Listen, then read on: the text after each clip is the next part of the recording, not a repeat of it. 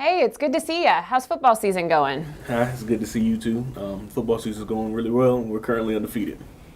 Are you still a defensive back? Yep, I'm still a defensive back. So you're still getting knocked around a lot then, Yeah, huh? absolutely. I am getting knocked around, and it's definitely doing a number and causing pain and aching on my knee. Oh, I'm sure, especially after you had that knee surgery this past summer. Is that why you've been requesting that pain medicine from us? Yeah, after my games, and my knees is giving me a lot of trouble. Well, the oxycodone was only intended for you to take for a week after surgery. We wrote a few more prescriptions because I know you came in with more pain and discomfort, but it seems like you've been coming and seeing other providers and asking for it a lot. Well, I've been taking it regularly. It helps me to cope with pain and function so I can go to football practice. How have you been getting the oxycodone since your prescription ran out? Well, I've had to be creative.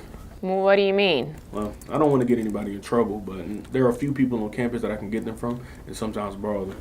So, is it easy for you to get the pills on campus? Yeah, sometimes I can get them. However, it's getting tougher and more expensive. I'm scared I'm going to get caught. Why don't you take me through a normal day in your life, from when you wake up, through the day, till you go to sleep, and how you use the oxycodone? Well, I have a 9 a.m. class, and I take about 1 or 2 pills around that time, especially if I have a test coming up, as it helps to calm my nerves. I also take 1 or 2 around lunchtime to help get me through class and the rest of the day. My football practice starts at 4 p.m., so I take 2 pills right before practice. And I also take 2 pills before I go to bed to help me unwind with the pain from practice. So, it actually sounds like you're taking at least 8 oxycodone pills a day. Is that right? Yeah, 8 pills, that sounds about right. So, tell me, what are some of the benefits you're getting from taking this oxycodone? Well, the pills relieve my pain and they take the edge off of my day. Like if I'm feeling nervous, they tend to help me forget about all those feelings and help me sleep. They also help my aches and my pains that I get from football practice. Wow, I'm guessing being a college athlete's pretty stressful. Yeah, it's a whole lot of pressure. So, what are some of the drawbacks to taking the oxycodone? My grades are slipping and I'm at risk for losing my scholarship. The pills are also getting harder for me to find, and when I went a day without the oxycodone, I felt terrible. I was anxious and sweaty with a stomach ache. Wow, those sound like withdrawal symptoms from using the oxycodone. What else are you experiencing? Well, sometimes I also find it very hard to concentrate. My coaches even bench me because they said my reaction time isn't good enough. Yeah, I agree. Those grades declining, the possibility of losing the scholarship, those are definite drawbacks from oxycodone dependence. Yeah, I really can't lose my scholarship because without it, my family can't afford for me to go to college. I'm starting to understand just how much is at stake for you right now. I've got your survey that you filled out in the waiting room, the one called the DAS-10. Can we discuss the results of that now? Yeah, I'm embarrassed about my answers, but I try to be honest. Yeah, and I appreciate that. The information that's on this DAS-10 tells us basically whether your oxy use is high risk or low risk for becoming addicted to the medicine. Yeah, the questions were pretty obvious. Yeah, your score of a 4 shows basically that you have a moderate level of drug abuse and addiction. It basically says that we need to look into this further and probably refer you somewhere for some help. Oh man, that sounds serious. So what do you suggest we do? Well, first of all, oxycodone is an opiate, and it can cause slower reaction times, it can cause mood, behavior changes, all of which it seems like you've experienced already. It can also increase your risk of injury, and there's legal issues if it's ever caught in your system, and health problems if you continue to use it long term. How does hearing all of that make you feel? Well, I'm already experiencing some of those risks, and the last thing I want to do is to get in trouble or to even get hurt. And I have to stay healthy for football.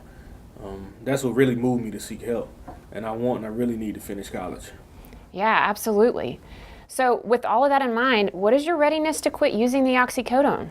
And we'll use a scale of 0 to 10, 10 basically saying that you wanted to quit yesterday, and 0 being that you don't want to quit and have any interest in quitting at all. Where would you be today? I'd say about an 8. Good, okay. Do you feel like you have a good support system around you that can help you as you go through this process? Yeah, I do. That's why I brought my mom with me. She's in the waiting room and wants to speak with you after this. And I know I have to be honest with my family about my oxycodone use. I'm really glad to hear you say that. It's so much easier to succeed with this treatment when you have others to help keep you motivated and when you're honest with yourself about what's going on. Okay, so what would the treatment consist of? Well, First, we need to talk about the steps that we need to take in order to get you off the oxycodone or at least reduce your use. Can you think of anything you can do to decrease that use? Gosh, I can't imagine what it's going to be like to go without the oxycodone. I've been taking them for weeks now on a regular basis. I think I could distance myself from the people selling them, but what am I going to do about the pain? That's a really good question. So there's a couple things. One, we can prescribe you non-opiate pain medicines to help with your pain. And then the other thing is we're going to take some time to wean you off the oxycodone fairly slowly. If it's okay with you, and I have your permission, I'd like to bring your mom back here, and I'd like to talk about an option that combines those two things, both the medicine management, but also the counseling that's there. And that's something called our Suboxone Treatment Clinic. And I think that would be a really good option and what I would recommend for you right now because of how long you've been dealing with this. Okay, so you have my permission to talk to my mom, and I would like to be here during the conversation. I also want to keep everything private. Absolutely. Your privacy will be honored all the time. If you're okay with it and if you're ready, I'd like to go get your mom and then we can start talking about some of these medication-assisted treatment options that are available. All right. This patient is seeking help and realizes that he has a problem that puts his scholarship at risk. The SBIRT process, of course, screening, brief intervention, and referral to treatment, and having the difficult conversation of opioid abuse were highlighted in this encounter. The strengths of this encounter include good rapport building established with the patient at the beginning of the encounter.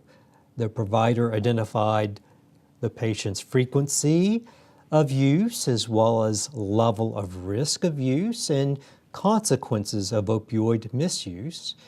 There is appropriate use of eliciting feedback from the patient, and the provider also asked the patient permission to discuss opioid misuse.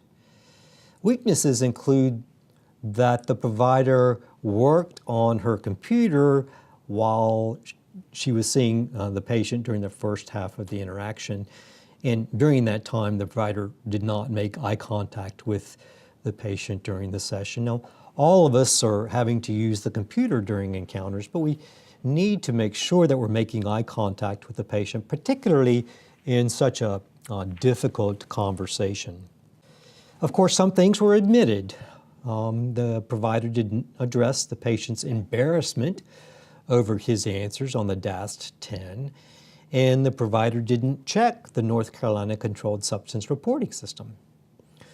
Missed opportunities include that the provider didn't immediately address the patient's concern about being caught. The provider didn't ask the patient why not a 10 for his readiness to change. By not asking that question, she missed the opportunity of finding out why he's hesitant and why he's an 8 and not a 10. Also, the provider could have asked, why aren't you a 6? You're an 8, that's good.